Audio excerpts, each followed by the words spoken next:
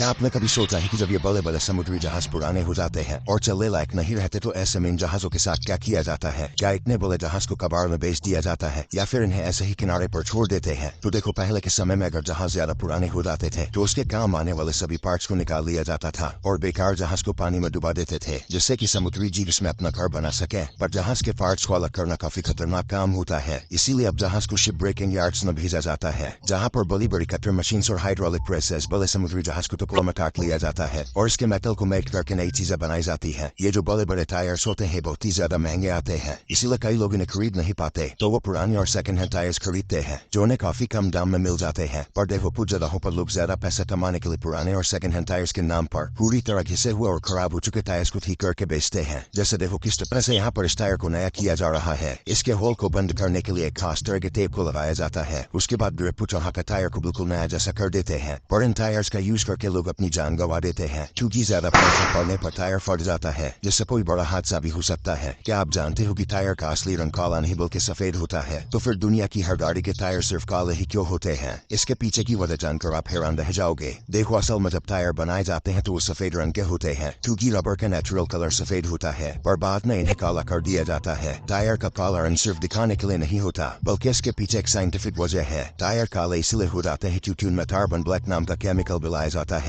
जो न सिर्फ टायर की लाइफ को बढ़ाता है बल्कि इसे सूरज की यूवी रेज और गीसने से भी बचाता है। आखिर ये बंदा ईंट की जगह थर्माकोल का इस्तेमाल घर बनाने में क्यों कर रहा है? क्योंकि इससे तो मजबूती नहीं आएगी बल्कि और बहुत जल्दी गिर जाएगा। दरअसल इस तकनीक को इंसुलेटेड कंक्रीट फॉर्म्स कहा जाता है, और आपको जानकर हैरानी होगी कि ये नॉर्मल ईंट के घरों से ज्यादा मजबूत और टिकाऊ होता है। साथ ही थर्माकोल की वजह से ये गर्मियों में ठंडा और सर्दियों में गर्म रहता है, जिससे बिजली की बचत भी होती है। आखिर ये बंदा इस कंक्रीट पाइप में स्पंज वॉल को क्यों डाल रहा है? दरअसल जब कंस्ट्रक्शन साइट पर कंक्रीट का काम खत्म हो जाता है तो इन कंक्रीट डालने वाले पाइप्स के अंदर थोड़ा बहुत मटेरियल बच जाता है, जो समय के साथ साथ पाइप के अंदर ही जमने लगता है, जिससे अगर बाहर ना निकाला जाए तो ये पाइप को ब्लॉक भी कर सकता है, जिसके बाद इस पाइप को अंदर से साफ करने में काफी मेहनत और काफी टाइम लगता है। इसीलिए इन पाइप्स के अंदर एक स्पंज बॉल को डाला जाता है, उसके बाद कंप्रेस्ड एयर का प्रेशर दिया जाता है। ऐसा करने से सारा मटेरियल स्पंज बॉल के अंदर लिपट कर दूसरी तरफ से बाहर निकल आता है।